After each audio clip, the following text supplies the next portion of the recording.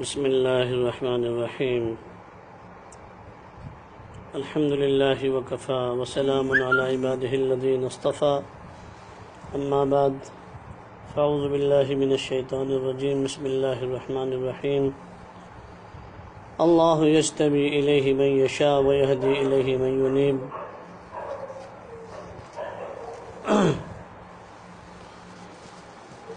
اس سے پہلے بھی آپ حضرات سن بھی چکے ہیں یا جس بھی عرض کر چکا ہے کہ آج ہم سب قرآن سے کوسوں دور ہو چکے ہیں، حالانکہ قرآن ایک ایسی کتاب ہے۔ اللہ کے نبی علیہ الصلوۃ والسلام فرماتے ہیں الصیام والقرآن یشفعان یوم القیامہ، کہ قرآن اور روزہ یہ دو چیزیں ایک ایسی ہیں جو کل قیامت کے میدان میں اللہ تبارک و تعالیٰ سے سفارش کریں گے۔ لیکن قرآن کب سفارش کرے گا؟ جب ہم صحیح معنوں میں اس کی عظمت، اس کی قدر کریں گے، اس کا ادب و احترام کریں گے، اس کی عظمت دلوں میں ہوگی، اس کا احترام دلوں میں ہوگا، اور قرآن پاک سے لگاؤ ہوگا، قرآن سے عشق، قرآن سے محبت ہوگی۔ کیسے کیسے قرآن پاک کی تلاوت کرنے والے تھے ہمارے اکابرین مشائخ۔ حضرت امام شافعی علیہ رحمہ کے بارے میں آتا ہے کہ اسی ماہ رمضان کے اندر 63 قرآن شریف کی تلاوت کیا کرتے تھے، یعنی 3 قرآن شریف تراویح میں پڑھا کرتے تھے، اور ایک قرآن شریف رات میں اور ایک قرآن شریف دن میں۔ ایسے ہی امام ابو حنیفہ علیہ رحمہ کے بارے میں آتا ہے کہ 61 قرآن شریف کی تلاوت ہوتی تھی، ایک قرآن شریف پورا تراویح کے اندر، اور ایک قرآن شریف رمضان المبارک کے ہر دن میں، اور ایک قرآن شریف رمضان کی ہر رات میں۔ اللہ ان بزرگوں کی عبادت کا ذرہ اور اس کا کچھ چھیٹا ہمیں بھی نصیب فرمائے۔ ہم تو اتنی تلاوت کرنے والے نہیں ہیں، کم از کم ہم قرآن شریف صحیح پڑھنے والے بن جائیں، اور نہیں زیادہ تو کم از کم رمضان میں 3 ہی قرآن شریف ختم کرنے والے بن جائیں۔ تو پہلے تو ہم قرآن شریف صحیح پڑھنے کا اہتمام کریں، کہ قرآن شریف کے حروف کی صحت کا اہتمام ہم اپنے گھروں کے اندر اپنی ذات سے، کسی قاری صاحب سے یا کسی بھی اپنی مسجد کے امام صاحب سے قرآن کو درست کر لیں۔ ہماری بعض غلطیاں ایسی ہیں جو گناہ کبیرہ میں داخل ہو جاتی ہیں، جس کو لحن جلی کہتے ہیں، اور لحن جلی کا پڑھنا حضرت تھانوی علیہ الرحمن نے حرام لکھا ہے۔ یعنی لحن جلی یعنی حروف بدل جاتے ہیں، شبد بدل جاتے ہیں، پھر اس کے جب شبد بدل گئے تو اس کے معنی بدل جاتے ہیں، اور معنی بدل گئے تو حکم بدل گیا، اور یقیناً جب معنی بدل گئے، حکم بدل گیا، تو پھر اس کا پڑھنا ناجائز، اور اگر وہ نماز میں پڑھی گئی تو اس کی وجہ سے نماز بھی ہماری درست نہیں ہے، اور ہم اس کو معمولی سمجھتے ہیں۔ اگرچہ پورا قرآن شریف بھی آپ نہیں پڑھ سکتے، تو جتنی صورتیں آپ کو یاد ہیں ان صورتوں کو تو کم سے کم ہم اس کا مخرج صحیح کر لیں، اس کے پرنونس، اس کا جو اچار ہے اس کو ہم صحیح معنی میں صحیح طریقے سے پڑھنے والے بن جائیں۔ اور قرآن شریف کا پڑھنا، صحیح پڑھنا بہت ضروری ہے۔ ایک تو ہے مستقل قرآن شریف کا پڑھنا، اور ایک ہے صحیح پڑھنا، کہ لحن جلی کی غلطی بالکل نہ ہونے پائے۔ حضرت تھانوی علیہ الرحمہ نے بڑے بڑے علماء کو تھانہ بھون میں نورانی قاعدہ پڑھایا تھا، اور پھر نورانی قاعدہ پڑھا کر بیعت فرمایا کرتے تھے، اتنا اہم معاملہ ہے۔ اس لیے دوستو، قرآن شریف کے بارے میں بالکل بھی غفلت نہ برتیں۔ جہاں تک ہماری آواز پہنچ رہی ہے، چاہے وہ سالکین ہو غیر سالکین ہو، سالکین کو تو اول درجے میں قرآن پاک صحیح کرنے کی ضرورت ہے، اور عامۃ المسلمین کو بھی قرآن پاک صحیح پڑھنا بالکل نہایت ضروری ہے۔ آپ نے دیکھا ہے کہ شاعر کا کلام کوئی غلط پڑھ دے تو اس کو کتنی ناراضگی ہوتی ہے، کتنا غصہ آتا ہے، اور یہ تو دوستو اللہ تعالیٰ کا کلام ہے۔ اللہ کے کلام کو کوئی انسان جیسا چاہے ویسا پڑھ دے، سوچنے کی بات ہے کہ ان کے کلام کی عظمت کا کیا حق ہے۔ حضرت تھانوی علیہ الرحمہ فرماتے ہیں کہ روزانہ کم سے کم آپ آدھا گھنٹہ قرآن شریف کے سیکھنے میں لگائیں، تو 2 مہینے میں قرآن شریف کے الفاظ درست ادا کرنے لگیں گے آپ۔ زیادہ نہیں دیں، صرف آدھا گھنٹہ بس۔ اگر روزانہ آپ آدھا گھنٹہ دے دیں گے تو انشاءاللہ آپ کے حروف درست ہو جائیں گے، یعنی قرآن شریف کے حروف کی ادائیگی آپ کو صحیح انشاءاللہ آ جائے گی۔ تو اس کے بارے میں ہم خاص اہتمام کرنے والے بنیں۔ حضرت قاری صدیق صاحب باندھوی علیہ الرحمہ بہت بڑے اللہ والے تھے، زندہ ولی ان کو کہا جاتا تھا۔ روزانہ 1 منزل قرآن شریف پڑھتے تھے، چلتے پھرتے، اور اپنے مشائخ کو، ہمارے مشائخ اکابرین کو قرآن کریم سے بہت شغف تھا۔ حضرت رائے پوری، حضرت گنگوہی اور حضرت شیخ الہند۔ آپ بزرگوں کی تاریخ کو پڑھیں گے تو آپ کو اندازہ ہوگا کہ آخر ان بزرگوں کو قرآن کریم سے کیسا شغف تھا، اور کیسی اہمیت ان کے دلوں میں قرآن شریف کی تھی، اور ان کا رمضان کیسا رمضان گزرتا تھا کہ رمضان کے دن میں قرآن شریف ختم اور رمضان کی رات میں قرآن شریف ختم۔ تو کیا عجیب معاملہ تھا نا ان کے یہاں۔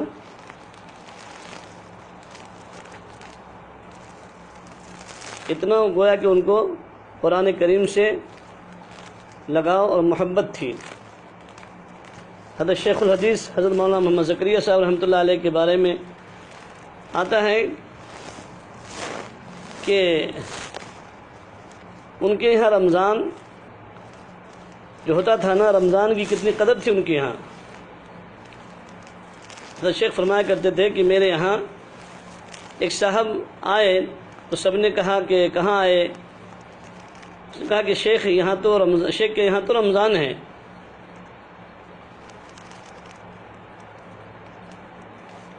تو وہاں ناظم صاحب رحمۃ اللہ علیہ جو تھے،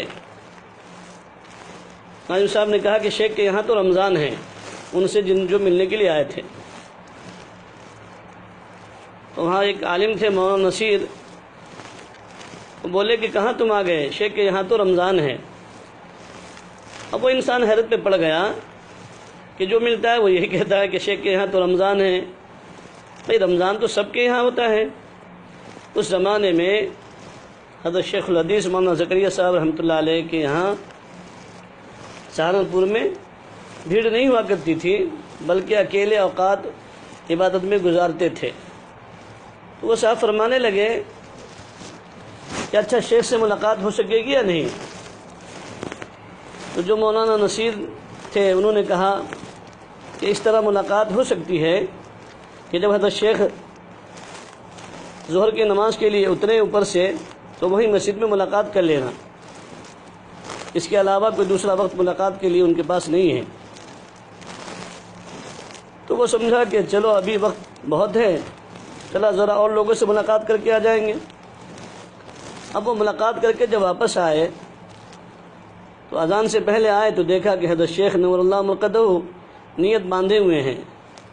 حضرت شیخ الحدیث مولانا زکریا صاحب علیہ الرحمہ فرماتے تھے کہ میں پورا 1.5-2 پارہ سنتوں میں پڑھ لیا کرتا تھا۔ اللہ اکبر کبیرہ۔ آج ہم علماء کو بھی اس کی توفیق نہیں ہوتی کہ ہم رمضان کی سنتوں اور نوافل کے اندر قرآن شریف کی تلاوت کا اتنا اہتمام کر لے۔ اللہ ہمیں اس کی توفیق عطا فرمائے۔ تو جب تکبیر شروع ہوئی تو شیخ نے آخری رکوع کر دیا، پھر فرض پڑھ لیا، اس کے بعد فرمایا کہ میں نفل میں 1.5 پارہ پڑھتا تھا۔ ابھی بیچارہ بیٹھا بیٹھا کب تک انتظار کرتا، کہنے لگا چلو جب تک حضرت شیخ نفل پڑھتے ہیں ذرا اور لوگوں سے مل کر آ جائیں۔ پھر واپس آئے تو دیکھا کہ حضرت شیخ اوپر اپنے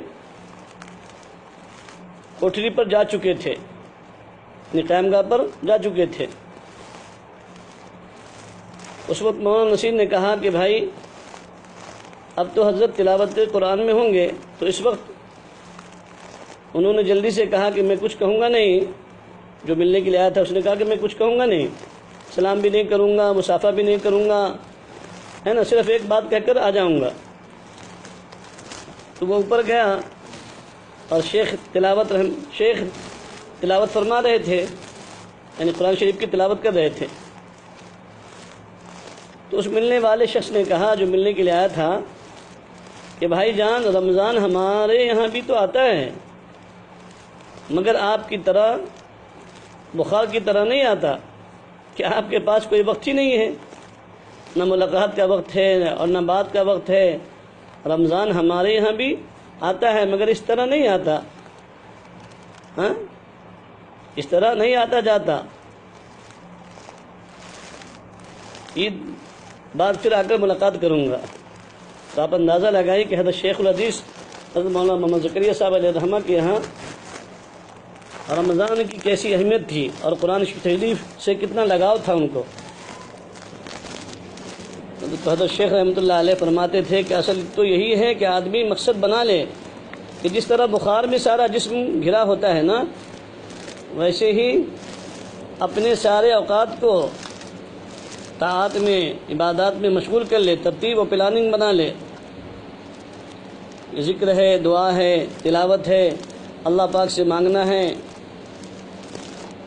اللہ واسطے ملاقات ہے، جماعت کے احباب ہیں، روزانہ 2.5 گھنٹے کا وقت ویسے بھی لگانا رہتا ہے۔ تو اس لیے اللہ کے لیے اپنے اوقات کی ترتیب بنا لے، تو انشاءاللہ رمضان ہوگا، اللہ بہت برکت عطا فرمائیں گے اور مغفرت کا پروانہ بھی عطا فرما دیں گے۔ تو یہ ہے ہمارے بڑوں کا رمضان، ہمیں قرآن شریف سے ایسے ہی لگا ہونا چاہیے۔ دوسری چیز ہے کہ آج ہمارے درمیان ہماری اذانیں بھی درست نہیں ہیں، ہماری مسجدوں کے اندر اذان اور اقامت سنت کے مطابق نہیں ہو رہی ہے۔ اس کا بھی بڑے اہتمام کے ساتھ سیکھنے کی اس کو ضرورت ہے۔ اذان یہ بڑی دعوت ہے، دعوت تامہ ہے۔ حضرت مولانا شاہ صاحب ہردوئی رحمۃ اللہ علیہ فرمایا کرتے تھے کہ یہ دعوت تامہ ہے، جہاں تک اس کی آواز جائے گی، غلط اگر اذان جائے گی تو پھر شر پھیلے گا، اور اگر اذان صحیح ہوگی جہاں تک اس کی آواز جائے گی تو خیر پھیلے گا، خیر وجود میں آئے گا۔ تو حضرت کے ہاں بہت اہتمام تھا اذان اور اقامت کا، سنت کے مطابق اذان دینے کا، سنت کے مطابق اقامت کہنے کا۔ آج ہماری سوسائٹی میں، ہمارے معاشرے میں یہ چیز نہیں ہے، ہماری مسجدوں کے اندر سے یہ چیزیں ختم ہوتی جا رہی ہیں۔ اس لیے ہم علماء کرام کو، ائمہ کو، مؤذنین کو اور اہل علم حضرات کو اس کے بارے میں توجہ دینے کی ضرورت ہے کہ ہمارے اذانیں درست ہونی چاہیے، اس لیے کہ بڑی دعوت ہے، اور جب دعوت صحیح ہوگی تو خیر پھیلے گا، دعوت غلط جائے گی تو پھر شر پھیلے گا۔ جو آج کل کھینچ تان کی اذان کا جو ہے ایک رواج پڑ گیا ہے، اور لوگ سمجھتے ہیں کہ ہاں ہمارے یہاں بہت اچھی اذان ہو رہی ہے، اور خاص طور سے رمضان کے اندر لوگ سوچتے ہیں کہ چلو بھائی جب تک اذان ہو جب تک ہماری جو ہے نا 2 روٹی خیمے کے ساتھ میں ہے نا پیٹ کے اندر چلی جائے، تو اس لیے اذان لمبی چوڑی دیتے ہیں۔ اور پھر ایک عجیب و غریب طریقہ ہے کہ اللہ اکبر اللہ اکبر ایسا کھینچتے ہیں۔ تو حضرت ہردوئی رحمۃ اللہ علیہ فرمایا کرتے تھے کہ کیا اللہ بھی 2 ہیں؟ اللہ کے اندر گویا کہ تم کسی کو شریک کر رہے ہو، پہلے لفظ اللہ کو چھوٹا اور دوسرے اللہ کو بڑا کر رہے ہو، کھینچ رہے ہو، تو یہ طریقہ غلط ہے۔ لفظ اللہ میں صرف کھڑا زبر ہے، اور کھڑا زبر کا قاعدہ صرف 1 الف کے برابر کھینچنے کا ہے۔ تو اس لیے اذان سنت کے مطابق ہونی چاہیے۔ اللہ اکبر اللہ اکبر، بس اتنا ہی کھینچنا چاہیے۔ اب بعض مرتبہ آج ہوتا کیا ہے کہ لوگ کہتے ہیں کہ بھائی وہاں مکہ مکرمہ میں اذان ایسی ہو رہی ہے، مدینہ منورہ میں اذان ایسی ہو رہی ہے۔ بھائی دیکھیں، اللہ کے نبی علیہ الصلوۃ والسلام نے مکہ مکرمہ کو اور مدینہ منورہ کو ہمارے لیے رہبری کا ذریعہ نہیں بنایا ہے نا، اور ہمارے لیے وہ قابل حجت نہیں ہیں، بلکہ ہماری عبرت کے لیے اور نمونے کے طور پر ہمارے لیے جو ہمیں جس سے عبرت حاصل کرنا ہے اور جو ہمارے لیے راہ ہدایت ہے وہ قرآن ہے اور اللہ کے نبی علیہ الصلوۃ والسلام کی حدیث مبارکہ ہے نا، پھر اجماع امت ہے اور قیاس ہے۔ تو اس لیے ہماری اذان کو ہمیں درست کرنا چاہیے اور اقامت کو بھی سنت کے مطابق پر اقامت دینی چاہیے۔ اذان دیتے وقت میں کیا کرتے ہیں لوگ؟ حی علی الصلاۃ کہتے ہوئے ہم گردن کو پھیرتے ہیں، حالانکہ سنت طریقہ یہی ہے کہ پہلے گردن پھیر دی جائے، اس کے بعد میں کہا جائے حی علی الصلاۃ حی علی الفلاح، گردن ادھر گھماتے دائیں اور بائیں، اس کے بعد میں حی علی الصلاۃ اور حی علی الفلاح کہنا چاہیے۔ ایسی اقامت کے اندر بھی، اور اقامت کیسی؟ حضرت ہردوئی رحمۃ اللہ علیہ کے یہاں اقامت سکھائی جاتی تھی، تو اس طرح سے اقامت بتلایا کرتے تھے کہ 7 سانس میں اقامت کہنی چاہیے۔ اللہ اکبر اللہ اکبر اللہ اکبر اللہ اکبر، ایک سانس ہو گئی۔ اشہد ان لا الہ الا اللہ اشہد ان لا الہ الا اللہ، 2 سانس۔ اشہد ان محمد رسول اللہ اشہد ان محمد رسول اللہ، 3 سانس۔ حی علی الصلاۃ حی علی الصلاۃ، 4۔ حی علی الفلاح حی علی الفلاح، 5۔ قد قامت الصلاۃ قد قامت الصلاۃ، 6۔ اللہ اکبر لا الہ الا اللہ، 7۔ یہ 7 سانس میں گویا کہ اقامت کہنا، تکبیر کہنا سنت ہے، تو اس کو بھی سیکھنے کی ضرورت ہے۔ حضرت ہردوئی رحمۃ اللہ علیہ کے یہاں اذان، اقامت اور سنت کے مطابق نماز، تمام چیزوں کی پریکٹیکل طور پر وہاں پر پریکٹس کرائی جاتی تھی، سکھایا جاتا تھا۔ بڑے بڑے ان کے علماء مریدین ہوتے تھے، وہ سیکھتے تھے، اور حضرت جہاں کہیں بھی جاتے تھے، جہاں کہیں کی اذان غلط نظر آ جاتی، اقامت غلط نظر آ جاتی، تو حضرت وہاں کسی امام کے پیچھے نماز بھی نہیں پڑھتے تھے۔ اور ایک بات کہ رکوع کے بعد سیدھا کھڑا ہونا نماز کے اندر، کہ پورا سیدھا کھڑا ہونا واجب ہے نا، لیکن بعض لوگ رکوع کے بعد سیدھا کھڑے ہوئے بغیر سجدے میں چلے جاتے ہیں، ہے نا، ایسی نماز بھی نہیں ہوتی۔ بخاری شریف کی روایت ہے فصلی فإنک لم تصلی، ہے نا، حضور نے فرمایا کہ ایسی نماز کو دہرانا واجب ہے، لہذا رکوع کے بعد سیدھے کھڑے ہو جائیں، پھر سجدے میں جانا چاہیے، اس لیے کہ یہ واجبات میں سے ہے۔ رکوع کے بعد سیدھا کھڑا ہونا، ایک سجدے سے اٹھنے کے بعد پھر دوسرے سجدے میں جانے تک اطمینان سے بیٹھنا، تعدیل ارکان اس کو کہتے ہیں، اس کا کرنا ضروری ہے۔ تو اس کا بھی خیال رکھیں ہم نمازوں کے اندر۔ ایسے ہی بعض مرتبہ ہم عشاء کی نماز ترک کر دیتے ہیں صرف اس ڈر سے کہ 17 رکعت کون پڑھے گا۔ تو ٹھیک ہے، آپ تھکے ہوئے ہیں، اسٹوڈنٹس ہے، کوئی نیا کالج کا لڑکا ہے، کالج کا اسٹوڈنٹس ہے، اب اگر اس کو جماعت میں لے کر گئے یا آپ نے ان سے کہا کہ بھائی چلو نماز پڑھیں گے آج عشاء کی، اب کہا کہ کتنی رکعت پڑھنی پڑے گی، تو 17، تو وہ بھاگ جائے گا، ہے نا، ڈر جائے گا کہ 17 رکعت کون پڑھے۔ تو آپ ان سے کہہ دیں کہ ٹھیک ہے بھائی 17 رکعت مت پڑھو، 9 ہی رکعت پڑھ لو، اس لیے کہ 9 رکعت ضروری ہے نا، 17 رکعت پڑھنا مشکل ہے، تو آپ 9 رکعت پڑھ لیں، مگر نہایت عمدہ پڑھیں، نہایت اس کی تمام چیزوں کی رعایت ہو، رکوع کی رعایت، ہے نا، قیام کی رعایت، اور دونوں سجدے کے درمیان میں صحیح بیٹھنے اس کی رعایت، اور اپنی پیشانی کو زمین پر ٹکانا، اپنی ناک کو زمین پر ٹکانا، ان تمام چیزوں کی رعایت کرنا، اور ان تمام چیزوں کی رعایت کے ساتھ میں آپ نماز پڑھیے، نوی پڑھیے، لیکن ان چیزوں کی رعایت کرتے ہوئے پڑھیے، عمدہ پڑھیے، اطمینان سے، خضوع کے ساتھ، بجائے اس کے کہ 17 رکعت کے خوف سے، نیند کے غلبے میں بعض مرتبہ ہوتا ہے ایسے کہ جلدی جلدی پڑھ رہے ہوتے ہیں، نفلوں کے لیے نماز ہی غارت ہو رہی ہوتی ہے۔ اس لیے خاص طور سے کالج کے لڑکے جو بیچارے ابھی دین سے دور ہیں، ان کو تو 17 رکعت بتانا ہی نہیں ہے، 17 کے ڈر سے وہ بیچارے فرض، واجب، سنت، مؤکدہ بھی نہیں پڑھتے ہیں، سب کو ترک کر دیتے ہیں۔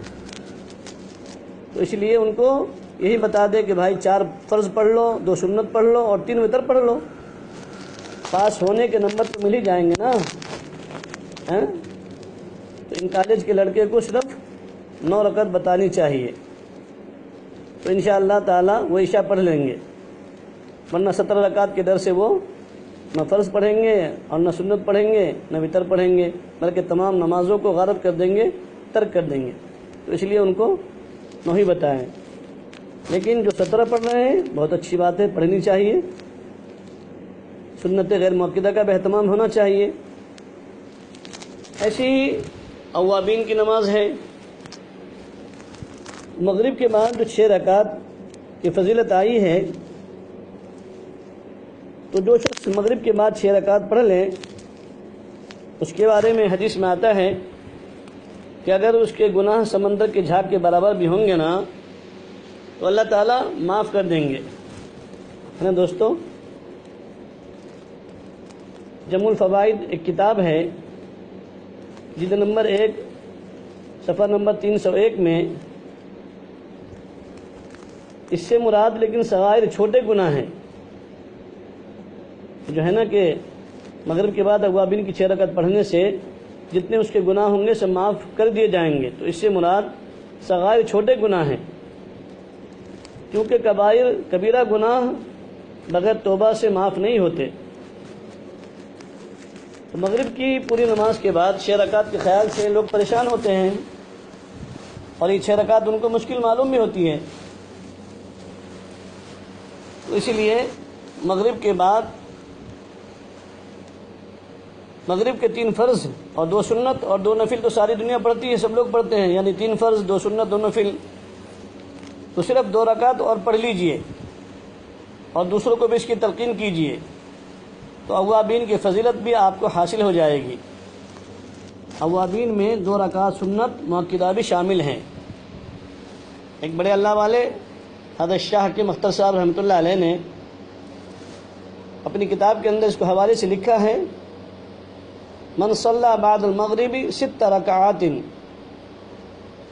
حوالہ لکھا ہے انہوں نے ترمذی صفحہ 98 جلد نمبر 1، اور حضرت مولا علی قاری رحمۃ اللہ علیہ شرح مشکات میں لکھتے ہیں کہ 2 رکعت سنت مؤکدہ بھی اس 6 رکعت اوابین میں داخل ہیں، اور احسن فتاوی میں بھی یہ مسئلہ لکھا ہوا ہے۔ تو لہٰذا 2 رکعت سنت مؤکدہ 2 نفل کے بعد 2 نفل اور پڑھ لینے سے آپ کو اوابین کا بھی ثواب ملے گا اور سنت کا بھی اور نفل کا بھی۔ اوابین پڑھنے والوں میں آپ شامل ہو جائیں گے۔ عام لوگ سنت مؤکدہ اوابین میں شامل نہیں سمجھتے، اس لیے 6 رکعت سے گھبراتے ہیں، لیکن جب آپ کو یہ معلوم ہو جائے کہ مغرب کے 3 فرض، 2 سنت، 2 نفل تو ہم پڑھتے ہی ہیں، صرف 2 نفل اور پڑھ لیں تو یہ اوابین کی 6 رکعت ہو گئی۔ اب کوئی بہت ہی کاہل اور محروم ہوگا، ہے نا، بہت ہی کوئی سست اور محروم القسمت انسان ہوگا جو 2 نفل مزید پڑھ کر اتنی بڑی فضیلت حاصل نہ کرے کہ سمندر کے جھاگ کے برابر گناہ صغیرہ معاف ہو جا رہے ہیں، ہے نا، تو پڑھنا چاہیے۔ ہاں، لیکن جو لوگ زیادہ رکعت پڑھتے ہیں ان کو پڑھنے دیجئے، اس لیے کہ وہ زیادہ کمائی کر رہے ہیں، زیادہ والوں کو نہ منع کرنا ہے اور کم پڑھنے والوں کو یہ نسخہ بتا کر آسانی کر دینا ہے۔ اور حضرت ایک مثال یہ بھی دیتے ہیں کہ دیکھو بھائی، بازار کے اندر مٹھائی کی دکان پر 2 طرح کی مٹھائی ہے، 2 طرح کی برفی، ایک ہے ملائی برفی جس کی قیمت تقریباً 800-1000 روپے کلو ہے، اور ایک ہے سادی برفی ہے نا جو 300-400 روپے کلو ہے۔ اب ہم جیسا کوئی غریب دکان کے سامنے سے گزرے گا، اس کا دل چاہے گا مٹھائی کھانے کے لیے، تو وہ 300-400 روپے کلو کی جو برفی ہے اس کو لے کر کھا لے گا، تاکہ جو ہے نا اس کی خواہش پوری ہو جائے گی۔ اور جس کے پاس میں پیسے ہیں وہ 800 روپے والی ملائی برفی کھائے گا، ہے نا۔ تو ایسے ہی جس کو اس کی توفیق مل جائے یہ پوری کر لیں، جس کو اس کی توفیق ہو وہ کر لیں، ہے نا۔ اس لیے کہ وہ زیادہ کمائی ہے، اگر الگ سے 6 رکعت پڑھتے ہیں تو گویا کہ وہ زیادہ کمائی کر رہے ہیں، ہے نا، اور ان کو کم سے کم پاس نمبر مل جا رہا ہے۔ اس لیے یہ 2 رکعت مزید پڑھنے پر انشاءاللہ اوابین کا بھی ثواب مل جائے گا۔ اللہ تبارک و تعالی ہمیں بھی آپ سب کو بھی اس اوابین کی قدر کی اور اوابین کے نوافل کا اہتمام کرنے کی اللہ تعالی ہم سب کو توفیق نصیب فرمائے۔ ایسی ایک چیز اور ہے کہ 2 سجدوں کے درمیان میں سیدھا بیٹھنا، جیسے ابھی عرض کیا میں نے کہ دونوں سجدوں کے درمیان میں سیدھا بیٹھنا بھی واجب ہے۔ ایک سجدہ کر کے اگر سیدھا نہ بیٹھے اور جلدی سے دوسرا سجدہ کر لے تو بھی نماز نہیں ہوگی۔ کیوں؟ اس لیے کہ رکوع کے بعد سیدھا کھڑا ہونا اور دونوں سجدوں کے درمیان سیدھا بیٹھنا یہ واجب ہے، جس کو کہتے ہیں تعدیل ارکان، اور تعدیل ارکان ادا کرنا یہ واجب ہے۔ واجب کے چھوٹنے سے پھر سجدہ سہو ہوتا ہے۔ تو اس لیے خوب سمجھ لیں کہ جلد بازی میں ایسا نہ ہو کہ نماز ہی غائب ہو جائے، اور سجدے میں زمین سے ناک لگانا بھی واجب ہے۔ بعض لوگ اکثر و بیشتر یہ کرتے ہیں کہ پیشانی کو زمین سے لگاتے ہیں، لیکن ناک اکثروں کی پیشانی سے الگ رہتی ہے نا۔ تو ناک بھی سجدے میں زمین سے اٹھی نہیں رہنی چاہیے بلکہ لگنی چاہیے۔ اکثر و بیشتر دیکھا گیا ہے کہ ناک اٹھی ہوئی رہتی ہے، تو اگر ایک چاول کے برابر بھی اٹھی ہوئی ہے تو کہاں ملی ہوئی گویا کہ نہیں ہے، ناک کا زمین سے ملنا ضروری ہے نا۔ ہاں، اس لیے حضرت کا ایک شعر ہے، کیا ہے رابطہ آہو فغاں سے، زمیں کو کام ہے کچھ آسماں سے۔ اگر خاک کو خالق آسمان سے کام ہے، یعنی مٹی کو آسمان والے خالق سے کام ہے، تو ناک رگڑا کر نعمت دیتے ہیں، ہے نا۔ ہاں، اللہ جو ہے نا پہلے بندوں کا امتحان لیتے ہیں، ناک رگڑواتے ہیں۔ ایک واقعہ لکھا ہے، ایک حکایت لکھی ہے حضرت شاہ کی مختصر صاحب علیہ الرحمہ نے، کہ ایک غریب انسان تھا تو اس کے اوپر قرضہ تھا، تو وہ اللہ کے سامنے رویا کہ اللہ میرا قرضہ کیسے ادا ہوگا۔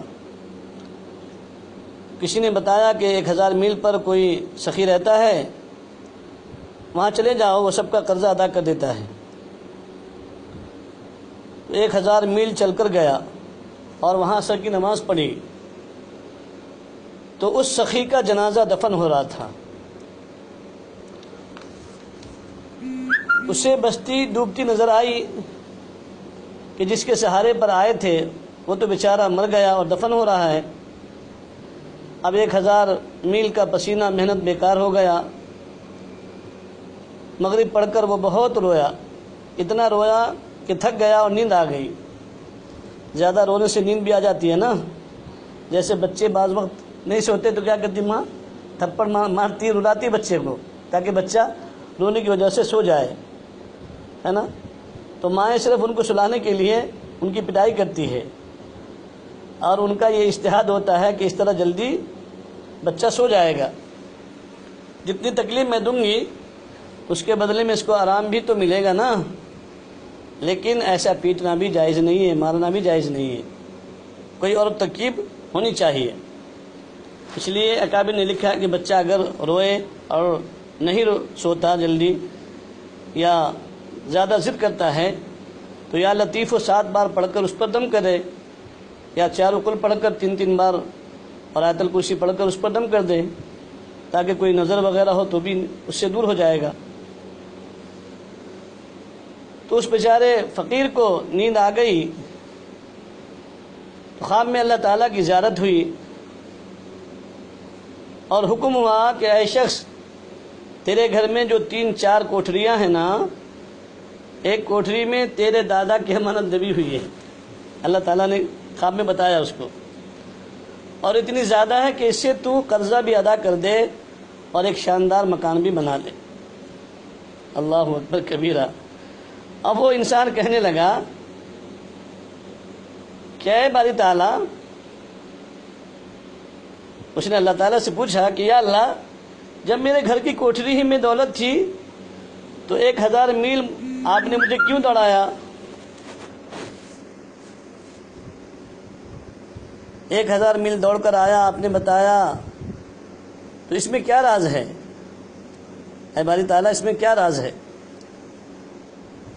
تو اللہ رب العزت نے فرمایا راز یہ ہے کہ ہم مصیبت کے بعد نعمت دیتے ہیں تاکہ نعمت کی قدر رہے، نعمت کی قدر معلوم ہو۔ اس لیے کہاوت مشہور ہے نا، قدر اس چیز کی ہوتی ہے جو دکھ سے ملے، جو تکلیف سے ملتی ہے نعمت اس کی قدر ہوتی ہے، اور جو سکھ سے ملے اس کی قدر نہیں ہوتی۔ تو وہ واپس گیا، خدائی کی اور ساری دولت مل گئی، لیکن مشقت کے بعد ملی۔ جب دنیا مشقت کے بعد ملتی ہے تو اللہ تعالیٰ کیسے بلا مشقت مل جائیں گے؟ دنیا کے لیے تو بڑے خوش 1000 میل دوڑ گئے، لیکن افسوس یہ ہے کہ آج اللہ کو حاصل کرنے کی آرزو رکھنے والے اور اللہ تعالیٰ کی محبت میں زندگی وقف کرنے والے، ہے نا، خانقاہوں میں رات دن رہنے والے، اللہ تعالیٰ کی تلاش اور جستجو میں بے حد بے چین اور مضطرب، لیکن نظر بچانے کی مشقت نہیں کریں گے کیونکہ اس میں تکلیف ہوتی ہے، تو تکلیف اٹھانے کے لیے تیار نہیں۔ سوچے دوستو، اس کو ذرا اپنی محبت کے دعوے کی حقیقت سوچ لیجئے، تو بغیر مشقت کے کوئی چیز حاصل نہیں ہوتی۔ اس لیے ہمیں بھی اللہ کو پانے کے لیے اللہ والوں کے پاس جانا پڑے گا، ہے نا، مجاہدہ اور ریاضات کرنے پڑیں گے، تب جا کر کے ہمیں اللہ ملیں گے، ہے نا۔ کہاوت مشہور ہے نا کہ سونا ملے گا سوناروں کی دکان پہ، لوہا ملے گا لوہاروں کی دکان میں، اللہ ملیں گے اللہ والوں کے قدموں میں، اللہ والوں کی بیٹیوں میں۔ اللہ تبارک و تعالی ہم سب کو اس کی قدردانی کرنے کی توفیق نصیب فرمائے، قرآن پاک کو صحیح سیکھنے کی اور نمازوں کو صحیح سنت، نوافل اور مستحبات کی رعایت کے ساتھ میں نماز پڑھنے کی، اہتمام کے ساتھ میں، تکبیر والا کے ساتھ میں پڑھنے کی اللہ تبارک و تعالی توفیق نصیب فرمائے۔ وما علینا الا البلاغ۔ دوستو، ایک بات یہ عرض ہے کہ یہ دوسرا عشرہ شروع ہو چکا ہے، یہ جس کو ہم کہتے ہیں مغفرت کا عشرہ۔ تو پہلا عشرہ رحمت کا، دوسرا عشرہ مغفرت کا، تو اس میں اپنی جو ہے نا مغفرت کرا لے، زیادہ سے زیادہ اس کے اندر جو ہے نا ہم ان دعاؤں کا اہتمام کریں، چلتے پھرتے اٹھتے بیٹھتے ہر وقت میں۔ اللہم اغفر لی ذنبی یا واسع الفضل اغفر لی رب اغفر ورحم وانت خیر الراحمین۔ اللہم اغفر لنا وللمؤمنین والمؤمنات والمسلمین والمسلمات۔ اس طرح کی جتنی دعائیں ہیں ان دعاؤں کا ہم خاص طور سے اہتمام کریں۔ اگر عربی میں نہیں تو ہم اتنا کریں، اللہ ہم سب کی مغفرت فرما، پوری امت کی مغفرت فرما، اللہ ہمارے نسلوں کی، خاندان والوں کی مغفرت فرما۔ رب اغفر لی، رب اغفر لی بھی کہتے رہے کم از کم، یا واسع الفضل اغفر لی، یہ بھی دعاؤں کا اہتمام کریں، پڑھتے رہیں، تو انشاءاللہ اللہ تبارک و تعالی ہم سب کی اور پوری امت کی مغفرت فرما دیں گے۔ اللہ عمل کی توفیق نصیب فرمائے۔